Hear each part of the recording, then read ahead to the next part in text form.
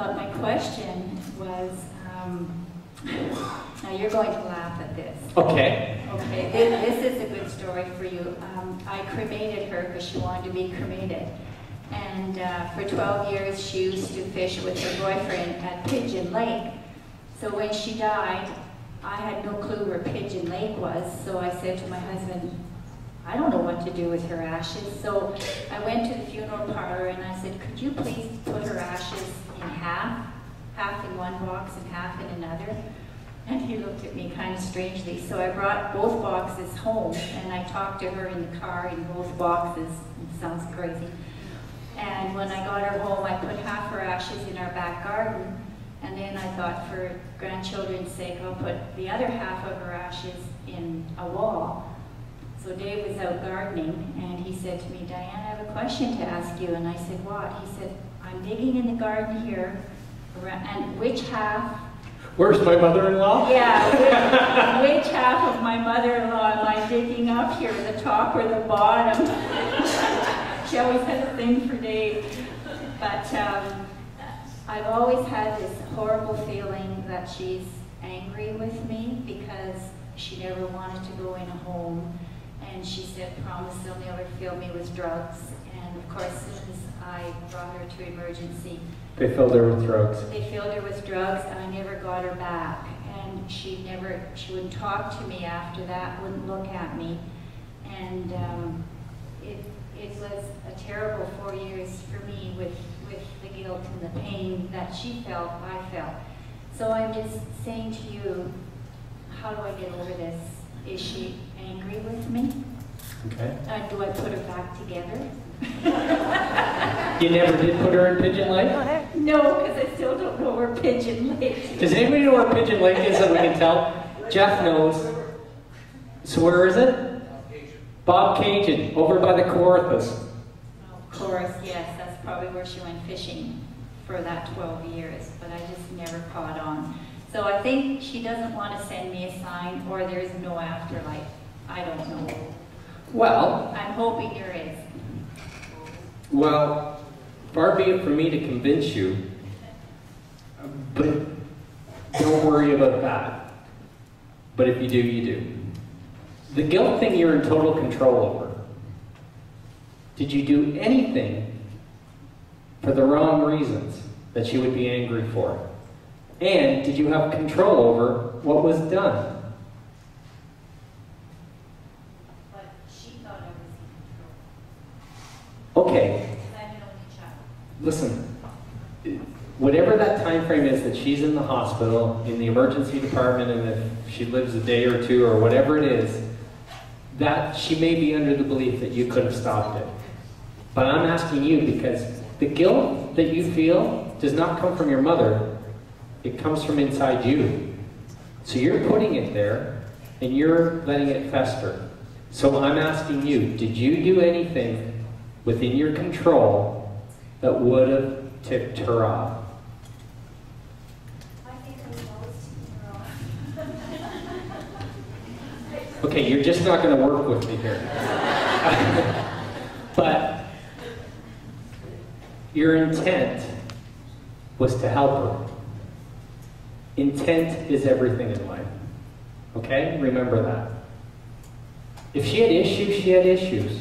She won't be angry now. She won't be. In 14 years, I've not had one pissed off person come through because of their ashes or the hospital. I'm not lying to you. They've been pissed off or ticked off with a daughter-in-law. They've been ticked off over a son's stupidity. They've been ticked off over the husband clearing out the house a week after she died and moving in with a honey. But they've not been ticked off over anybody doing what was best for them with the intent. I promise you. Okay? Is there an, and I'm sorry, Ann or Alice or... Her name was Aino, A-I-N-O. A-I-N-O. All I'm getting is like the Alice, the Ann, like the A thing coming up the whole time you're talking. And there is something about a song that is important. That's all I'm going to tell you, whether it's Moon River or not. It's not one of my favorite songs, but... Just remember I'm saying it. The A woman just keeps coming up around you. And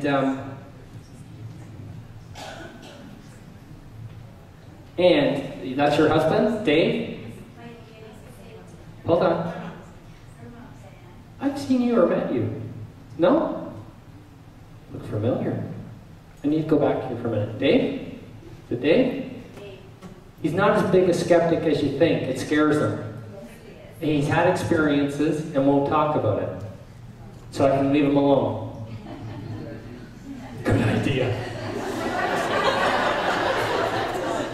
Can I ask you, Dave? Sorry. You'll say no. No. The older male with the lung, either cancer or like the blackness in the lungs coming through.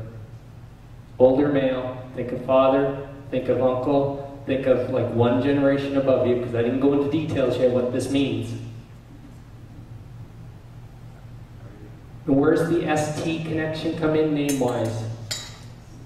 ST, like Steve or Stevens, or because they're bringing up the ST connection.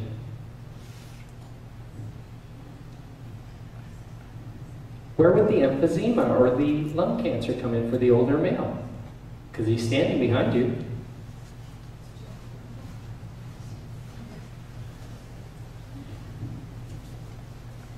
There's a Steve, Stevens, Stevenson, ST that they keep bringing up. And a very common name. So I'll get dinged for this, but it's John. I'm not saying it's John Stevenson, but there's a John, and there's like a Stephen or STE connection coming up that they're acknowledging. And where would the Florida connection come into play then? They're taking me to Florida. Yeah. Person has some kind of link or tie to Florida. I wish I could get to Florida. No.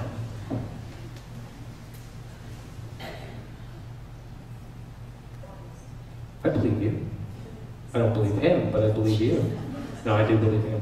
If something comes up, put your hand up, okay? If you know where that's Steve, Stephen, Stan, the ST, the lung cancer, emphysema, older male coming through because he's standing behind there with the A woman. But he seems to be like drawing in towards you. I had an uncle named Steve, and he died of lung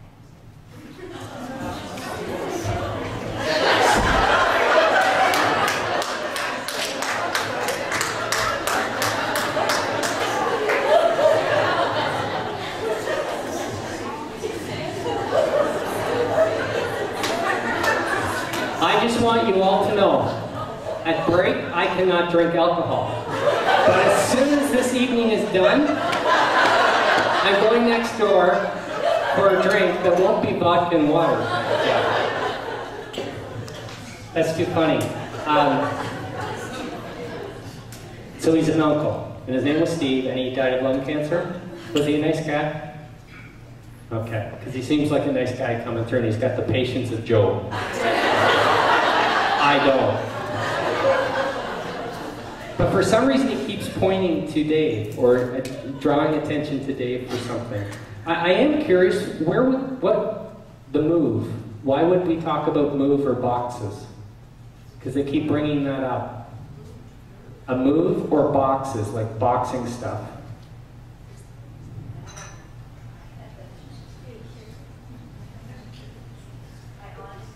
Does he? Or is he just joking? What did he say? Tara, can we get a mic here? Sorry.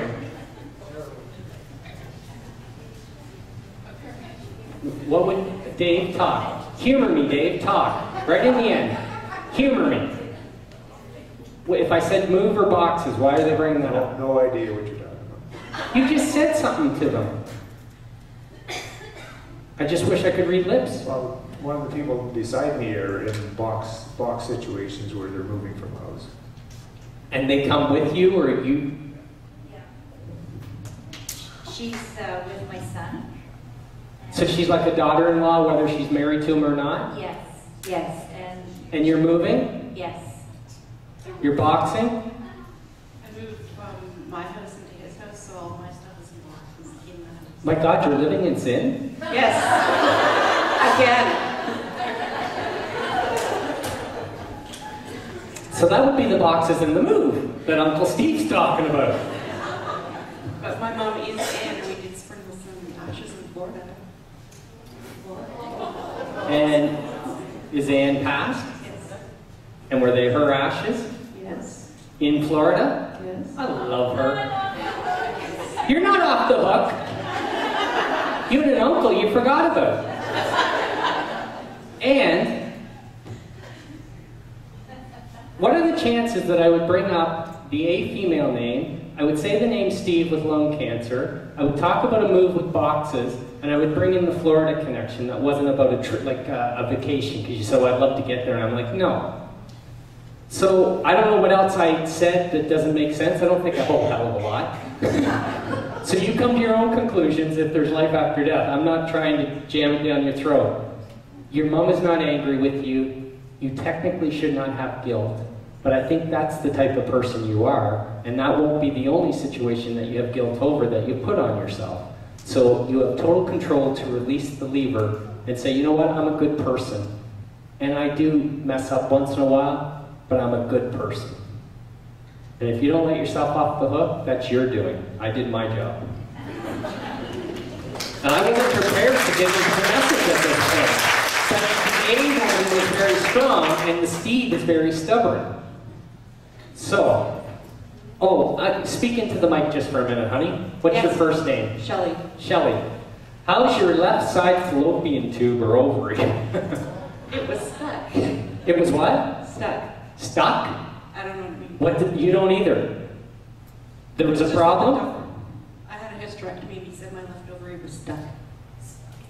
Was Mom gone, or did Mom know this in life, or was this after her death that she would have found? Just happened. Just happened. And Mom's been gone. So this would be Mom's way of saying, I'm with you, honey, because I need to talk about your left fallopian tube or left ovary. Not just how's your ovaries, how's your left ovary? Apparently it's stuck. Did you keep it? I kept it. Yeah, well, I don't want it. And the doctor don't want it. Apparently. And your husband that you're living in sin with don't want it. He doesn't. So you need it for your hormones, eh? So they left it. That's what I'm asking? Okay. All I know is there was something wrong with the left ovary and fallopian tube thing.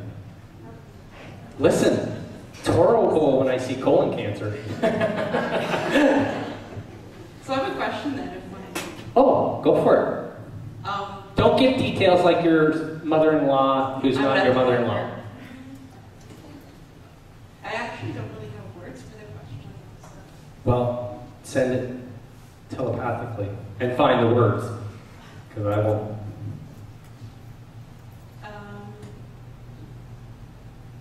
I guess basically my dad is with another woman now. Oh, will she be mad? I don't know. No, is that your question? No. I don't expect you to know. I don't know if that's my question, because I think that she would be okay with my dad's choices. Not his choices, sorry. His She would want actions. she would want him to be happy. Yes. And if his happiness can come at the expense of others, other people may not like it, other people may not be comfortable with it, but that does not mean it's hurting or damaging them. That just means they're immature or they're not ready to open their heart to somebody else because mom's gone or his wife is gone. But if dad's not being malicious and if dad's just being happy, there's one thing about guys. Women can lose a husband at the age of 30 and never marry again. A guy will lose his wife at 30 and be engaged and married by 30 and a half. Because guys do not want to live alone. Now there are exceptions to every rule, but guys don't do well on their own, plain and simple. Women, very self-sufficient. You're welcome, ladies. That's true. So, your dad needed that in his life. And if she's a good woman, is she? She's just not mom, but is she a good woman? That's questionable. Are you worried about your inheritance? No. Okay? So cut to the bone, because I gotta get moving here. Well, I know there was issues like this knew my mother and Yeah. stuff. But I don't know anyone that likes this person actually. Your dad. Well, hopefully. I hope so. Huh. Is he stupid? Does he think for himself? Usually, but I don't know.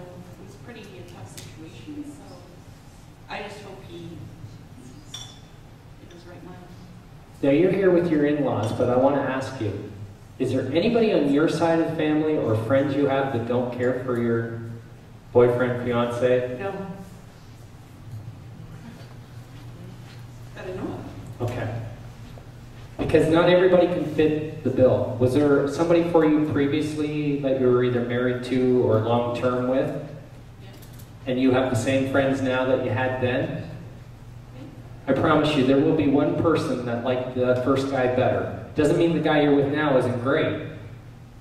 But what other people think don't matter. Are you happy? Do you ever think really a whole lot about the first guy? Other than maybe for child support or something? Not even that.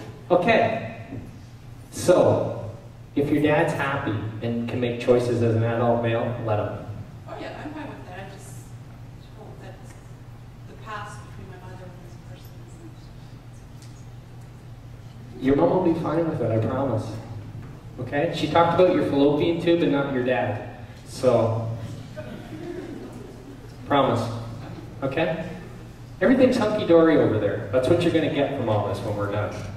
We have a question over here. Sorry. I'd like to know the difference between a psychic and a medium.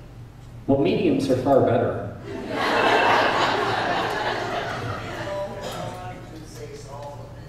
Okay. Let me put it this way. There is not, I just joked about mediums are far better. Let me get over here so you can see me. I see you. I'm so tall, eh?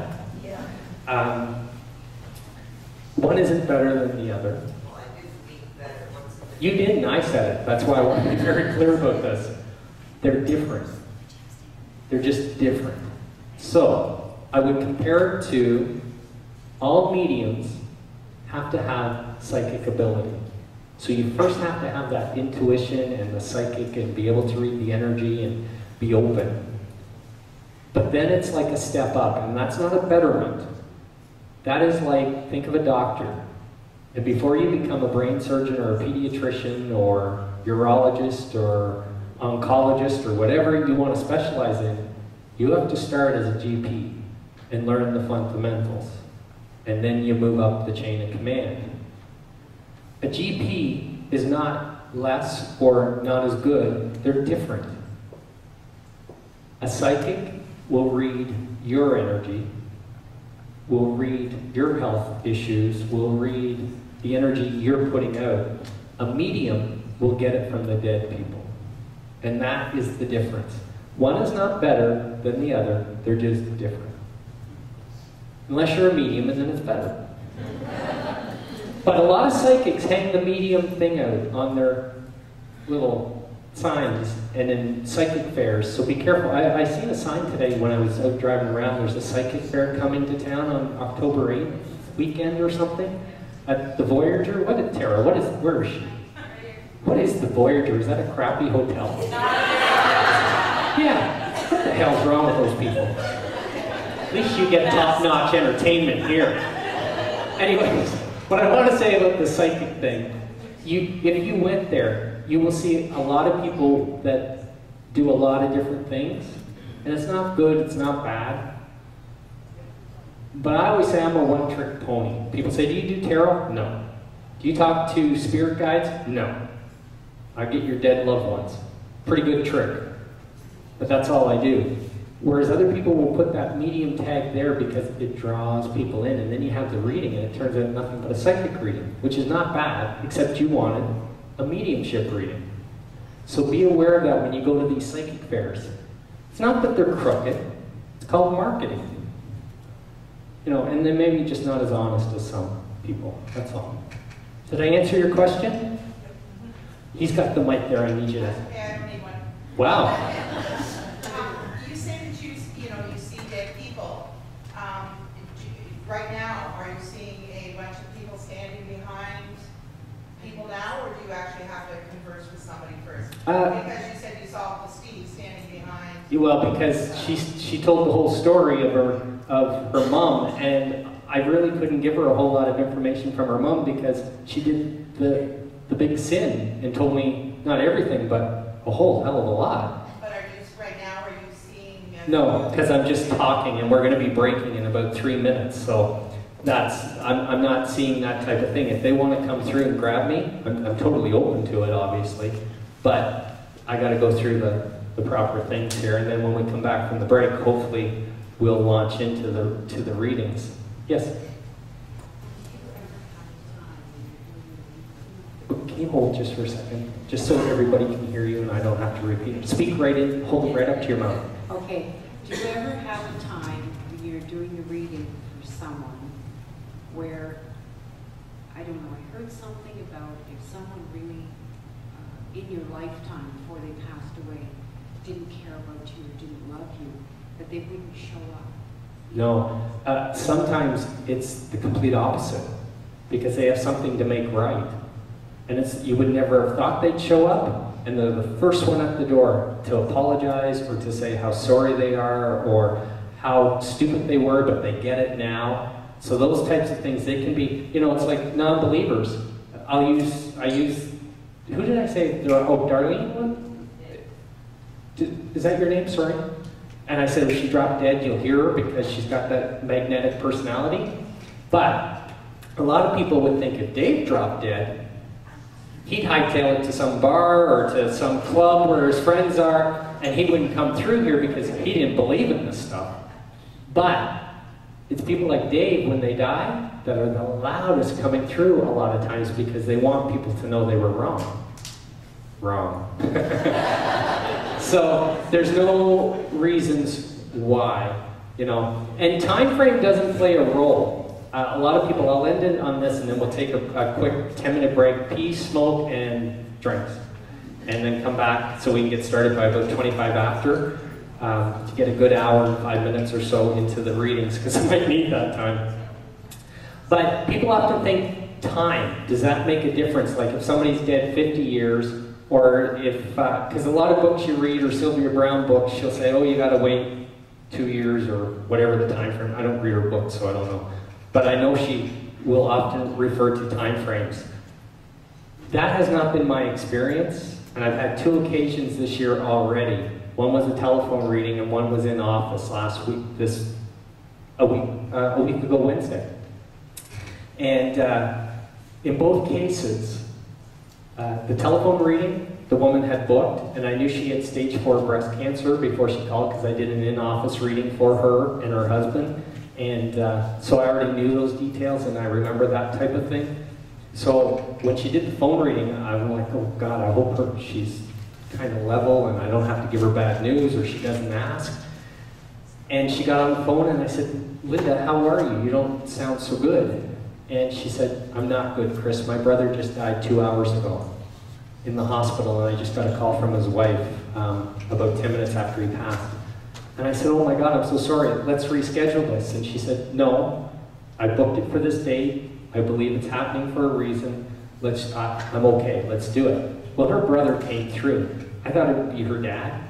It was her brother, and he dominated the reading. I mailed the tape off, and the husband called me 2 weeks later to thank me because not only did that tape help Linda that day, her mom listened to it, her other 2 brothers listened to it, their kids listened to it, and they know that it's a matter of months, maybe a year, and they're going to go through it all over again because of Linda. And it brought a lot of closure. Who am I looking at? Who asked that? Did somebody? No, I'm just talking, eh? I keep focusing here, but I'm not seeing anybody. So that was the phone reading. Then, a week ago Wednesday, Diane walks into my office. She's my annual reading. I got a few of those that come every year. She calls me her guilty pleasure. She doesn't go to the spa. She doesn't get her nails done. So she comes to see me. Hey, I'll take it. And she walks in and sits down, and I said, Diane, your dad's passed, right? And she said, yeah. And I said, I'm sure I got dad, but I've got a mom coming through. And I said, the only thing I know is new. She's new. And she just nodded yes and didn't say anything. And so we went on with the reading, and the new mom, as I referred to her through the whole reading, talked about her death and the hospital and blah, blah, blah, blah, blah. And when we were done, and her CD's burning, I said to Diane, how new is new for that mom? And she said, 3:09 this morning, we were at the nursing home with her around her bed, with her when she passed, and I kept the reading because I thought, would she come through? and she did. So time frame doesn't play a difference. I've had people from World War II come through loud and clear. I've had people that have been dead 2 hours come through. You don't rush out to a medium right after a death. That's the first thing. But these people had readings booked. It was kind of planned, and they went with it. So